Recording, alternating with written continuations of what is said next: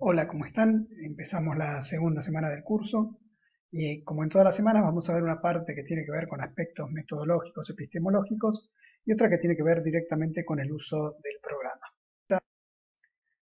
Esto nos enfrenta con un problema fundamental que es tener que responder a una pregunta que es si realmente podemos acceder a las disposiciones subjetivas de las personas. Hay toda una serie de preguntas que tienen que ver con si podemos conocer las condiciones objetivas de la realidad, pero esto es mucho más grave, que es creer que podemos conocer a las disposiciones subjetivas de las personas, esto es, las creencias, ya lo dijimos, los saberes, los temores, que hacen que las personas se comporten de una determinada manera. En ese sentido, es importante que nos creamos que eso puede ser cierto para poder intentarlo. Y acá aparecen dos elementos. Uno es la introspección, que tiene que ver con lo que diríamos el autoconocimiento, el poder mirarse al interior y en función de eso poder descubrir cuáles son nuestros propios estados mentales, en particular diríamos nuestras propias disposiciones subjetivas. Esto, que parece tan fácil, de hecho no lo es, ya que muchas veces muchas de las personas que hacen investigación o que hacemos investigación cualitativa recurrimos a un psicólogo para poder mirar nuestro propio interior. Y el psicoanálisis se dedica un poco a eso, a creer que nuestro propio interior no lo podemos ver por nosotros mismos. El otro elemento necesario, si ya es complicado poder mirarse interiormente, tiene que ver con qué es lo que podemos ver cuando miramos hacia adentro. O sea, que la mente puede mirar hacia adentro y encontrar cosas interiores que hacen que nos comportemos de una determinada manera y no de otra ante determinadas condiciones objetivas. Esta introspección se supone que tiene que ver con el presente, pero también tiene que ver con el pasado, conocimiento de las sensaciones pasadas. Los actos introspectivos son los que hacemos a veces a la noche cuando nos vamos a dormir y repasamos el día, pero a veces repasamos la vida. El maestro de Freud, que fue un, decía que la introspección es un medio reflexivo de autoconocimiento para explicar la etiología de las vivencias actuales, o sea, por qué vivimos como vivimos ahora, y esa descripción debe ser desmenuzada desde un empirismo ingenuo, digamos, en componentes sensoriales elementales sin referentes externos. Hoy diríamos que no es así, hay conceptos como el de la carga teórica en la observación, el paradigma, que nos dicen que no podemos explorar las cosas de un aspecto netamente sensorial. Pero la cosa se complica porque necesitamos también otro elemento para poder explorar las disposiciones ajenas, que es la empatía. La empatía que tiene que ver con poder percibir, comprender los sentimientos y las emociones de las demás personas. O sea, de alguna manera identificar y conocer lo que el otro puede sentir o pensar en base a sus propias experiencias, no a nuestras propias experiencias, y se vincula con una participación afectiva consciente respecto de lo que otros pueden ver o pensar de manera diferente. Si el otro piensa igual que nosotros, la empatía no tendría sentido. Y esta empatía tiene un aspecto cognitivo y un aspecto emocional o afectivo del individuo como componentes para que nos podamos poner en el lugar del otro. En última instancia, la empatía es poder ponerse en el lugar del otro. Por eso dicen algunos investigadores que cuando uno cree que tiene empatía con el otro, lo que está poniendo en juego es el propio historial emocional que a la larga lo que hace es distorsionar lo que los demás sienten.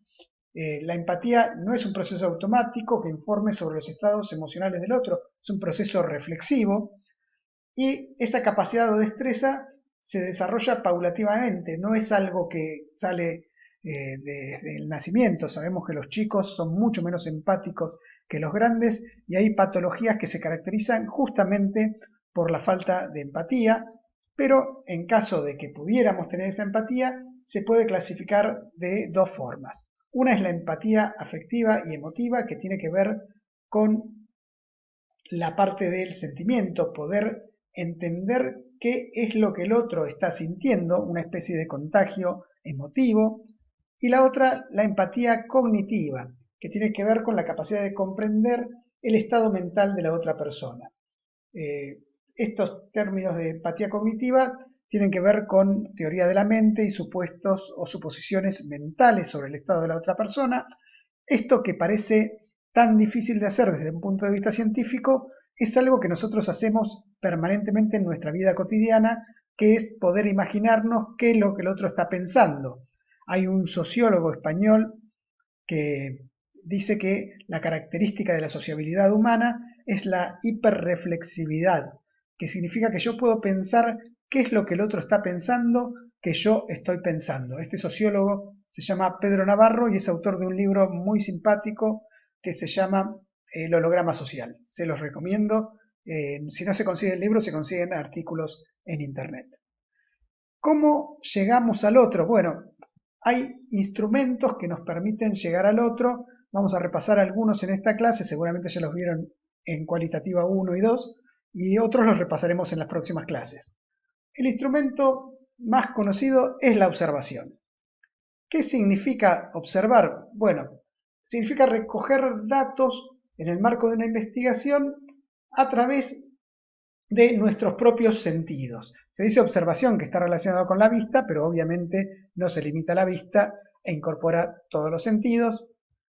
La antropología social y cultural, el estudio del otro, se basó siempre en la observación, pero también utilizando otras técnicas de recolección de datos. Obviamente en las ciencias sociales no podemos dejar de recoger los datos que configuran las condiciones objetivas y de acuerdo a la posición teórica del investigador, se justifica o no utilizar protocolos de investigador. Vamos a hablar en otras clases de un poquito de fenomenología y de hermenéutica.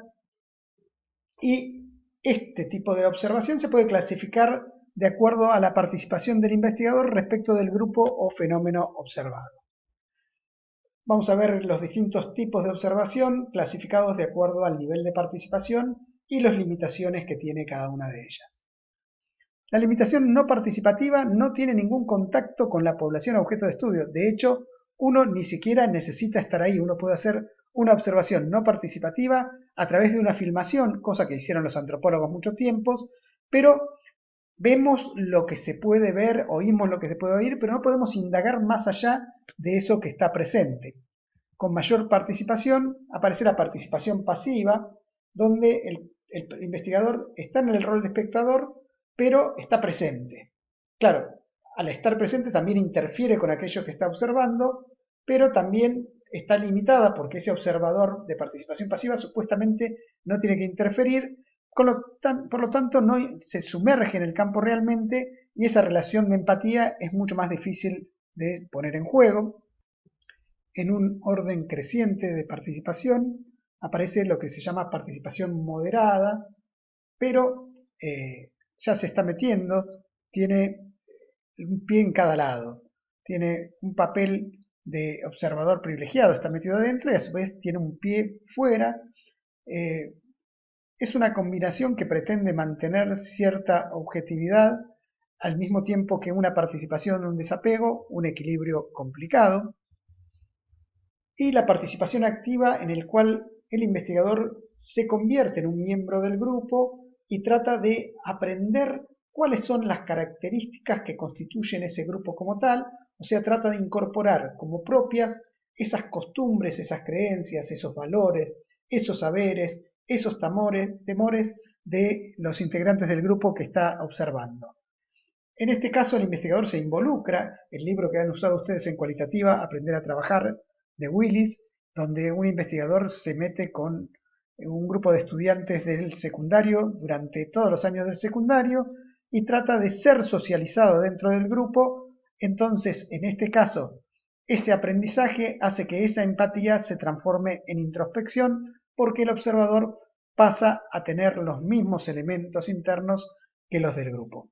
Insisto, esto forma parte de la pedantería de que podemos explorar la subjetividad ajena.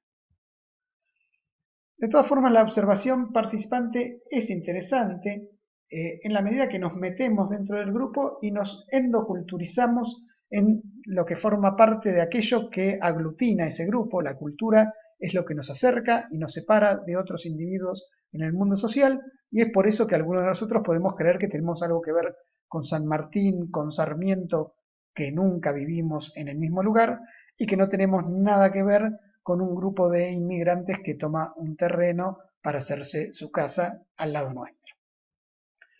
Es verdad que esto entra en la antropología a partir de los estudios etológicos que hacían los zoólogos. Es cierto también que durante este desarrollo de la antropología no estaba demasiado lejos el pensar al otro como un animal más que como otro ser humano. El tema de la observación participante es que requiere la aceptación del grupo. Hay veces que aparece ahí el concepto de portero, quién es el que te presenta y te hace entrar en el grupo, y a partir de esa entrada saber qué es lo que tenemos que mirar, qué es lo que tenemos que escuchar y qué es lo que tenemos que registrar. Durante el proceso de investigación, el investigador también tiene el contacto con un grupo de informantes con los cuales interactúa especialmente, llegado el caso hace entrevistas o le solicita documentos para poder acelerar su proceso de aprendizaje de lo que es ser parte de ese grupo. En estos casos hay ejemplos, algunos literarios, como todos los cuentos de Castaneda, donde él mismo, como investigador antropólogo, participa de las ceremonias de los chamanes y empieza a incorporar a su vida esas creencias y esa participación. De todas formas, en alguna de las tesis que me ha tocado trabajar, en el caso de la cooperativa El Amanecer y toda la historia de la recuperación de la fábrica, o en el caso de los pescadores artesanales, es interesante cómo la persona fue miembro del grupo y en algunos casos esto lleva a que el propio investigador se vuelva parte del grupo y pase a defender los valores y las creencias de este grupo. No era un caso de una investigación, pero por ejemplo la ingeniera en alimentos que está en la cooperativa Nuevo Amanecer empezó con el programa de vinculación socioproductiva de la universidad, haciendo un apoyo técnico a la cooperativa y terminó siendo parte de la cooperativa. Dentro del método de la observación participante, tiene que ver con pasar a ser uno más de ese grupo y a partir del momento en que uno incorpora todo lo que ese grupo cree, piensa y todas sus disposiciones subjetivas o las diferentes disposiciones subjetivas, aprende a reconocerlas y a partir de eso reconocer a cada uno de los miembros del grupo, cómo los reconocen los del grupo, es una observación que nos da un conocimiento de primera mano de aquello que estamos observando y nos permitiría describir de una manera adecuada la subjetividad ajena.